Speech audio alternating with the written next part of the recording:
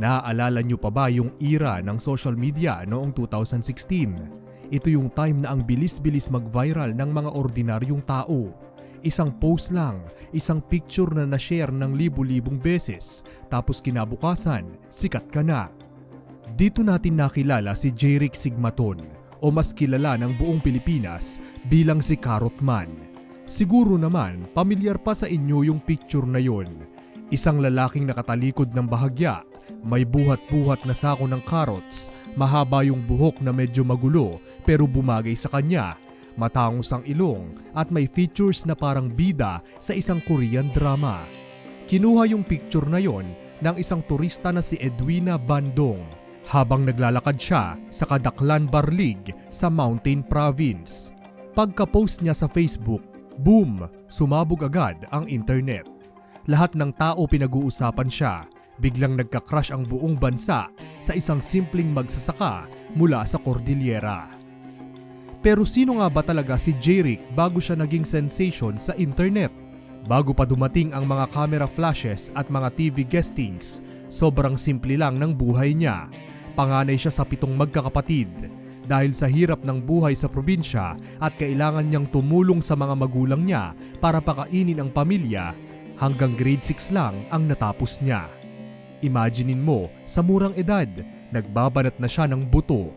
Yung pagbubuhat ng sako-sakong gulay paakyat at pababa ng matatarik na bundok, hindi yun biro. Malamig doon, mabigat yung karga at sobrang nakakapagod ang trabaho. Pero ginawa niya yun araw-araw kasi kailangan. Wala siyang idea na isang araw, isang random na litrato lang pala ang magpapabago ng buong takbo ng buhay niya at ng pamilya niya. Dahil nga sikat na sikat siya sa social media, natural lang na mapansin siya ng mainstream media. Bigla siyang iniluwas ng Maynila. Isipin mo yung culture shock na naramdaman niya doon. Mula sa tahimik at malamig na bundok, bigla siyang nilagay sa gitna ng maingay, mainit at napakabilis na buhay sa syudad. Sunod-sunod ang naging TV appearance niya. Inakyat pa nga ng team ni Jessica Soho ang probinsya nila para lang ma-interview siya. Naiyak din siya nang mag-guest siya kay Willie Revillame sa Wawawin dahil nangako si Kuya Will na tutulungan siyang makapag-aral. Naging opisyal na endorser din siya ng Boardwalk, isang sikat na clothing brand dito sa atin, kung saan in-stylize siya, inayusan at pinasuot ng mga mamahaling damit. Nagkaroon pa nga siya ng Carrot Man collection. Kaso, kung titignan mo ng maigi, makikita mong hindi talaga siya sanay. Aminado si Jeric na sobrang mahiyain siya. Yung mga ngiti niya sa harap ng kamera, minsan halatang kinakabahan. Hindi kasi siya lumaki para maging artista. Wala sa pangarap niya yung maging sikat. Ang naging drive lang niya talaga para tanggapin yung mga opportunities na yon ay yung pangarap niyang maiahon sa hirap ang pamilya niya, makapag-ipon at mapag-aral ang mga nakababata niyang kapatid. Gaya ng lahat na nagba-viral, eventually ay humupa din yung ingay. Ganyan naman talaga sa internet, di ba? Mabilis ang attention span nating lahat. May panibago magti-trend tapos makakalimutan na yung luma. Akala ng marami, typical story lang si Carrot Man ng 15 minutes of fame. Akala ng mga bashers at ng mga taong nakalimot na sa kanya, babalik lang siya sa dati at mawawala na parang bula sa industriya. Kasi nga naman, madali lang magpa-cute o maging guwapo sa picture, pero iba yung staying power sa showbiz. Pero ang hindi alam ng nakararami, tahimik lang na gumagawa ng sariling path si Jeric.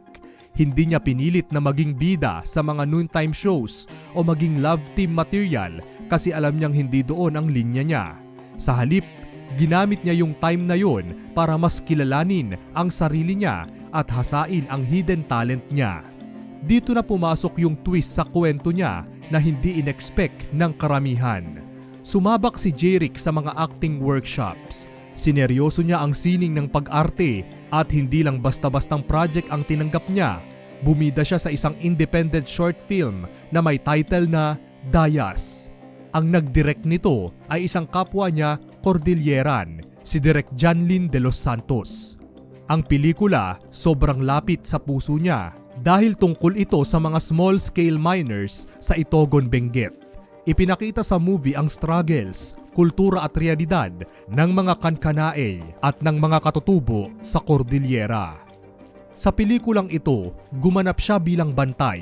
At alam nyo ba, sabi ng direktor nila, hindi daw kailangan ng maraming takes pag si Jeric na ang umaarte. Madalas, take 1 lang kuha na agad yung emosyon. Walang pretensions dahil siguro alam niya kung ano yung pakiramdam ng naghihirap at nagtatrabaho ng marangal sa bundok. Naging natural na lang sa kanya ang paglabas ng emosyon. Hindi siya nag-acting-actingan lang, isinabuhay niya talaga ang role. Ang hard work at dedication niya nag-pay off ng sobra. Fast forward sa taong 2021, gumawa ng malaking history si Jeric. Nanalo lang naman siya bilang Best Actor in a Short Film sa prestihiyosong International Film Festival, Manhattan o IFFM sa New York, USA. Tama ang dinig nyo, isang international na award. Tinalo niya yung mga foreign actors at mga sanay na sa teatro. Isang simpleng magsasaka na nagbubuhat ng carrots, nag-uwi ng International Acting Award para sa Pilipinas. Pinatunayan niyang hindi lang siya basta viral sensation na may magandang mukha. Isa siyang legit na aktor. Dahil sa panalong ito, mas lalo siyang na-recognize hindi lang bilang artista kundi bilang pride ng mga igorot. Noong 2022, ginawaran din siya ng Film Development Council of the Philippines o FDCP bilang isa sa mga film ambassadors ng bansa. Nakaka-proud, diba? Lalo na kapag naaalala mong nagsimula lang siya sa isang random candid picture. Kaya ngayon, siguradong nagtatanong kayo, nasaan na siya? Kung international award-winning actor na siya, bakit hindi natin siya nakikita sa mga teleserye araw-araw o sa mga movies sa mall? Ang sagot dyan ay choice niya yun. Sa kabila ng lahat ng achievements niya at kahit pwede naman sana siyang manatili sa Maynila para mas lalong yumaman, mas pinili ni Jeric yung peace of mind niya. Umuwi siya sa kanila, bumalik siya sa simpleng buhay sa probinsya. Kung papanoorin mo yung mga recent interviews niya nang umuwi siya ng Maynila saglit para i-promote yung pelikula niya, makikita mo na pareho pa rin siya ng buhok, pareho pa rin siya ng aura. Sinabi niya mismo na mas gusto niya yung tahimik na buhay kasama ang pamilya niya. Hindi siya nagpasilaw sa pera o sa fame. Bumalik siya sa farming at sa pamumuhay na kinalakihan niya. Minsan, may mga tinatanggap pa rin siyang projects or modeling gigs, pero ginagawa niya na lang ito kung kailan niya gusto at sa sarili niyang schedule. Wala na yung pressure.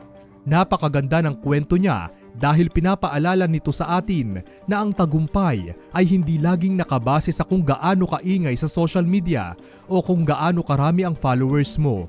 Minsan, ang totoong tagumpay ay yung na-achieve mo yung mga pangarap mo, nakatulong ka sa pamilya mo at napatunayan mo yung sarili mo sa buong mundo nang hindi mo kinakalimutan kung saan ka nang galing. Nananatili siyang nakatapak sa lupa, literal at figuratibo.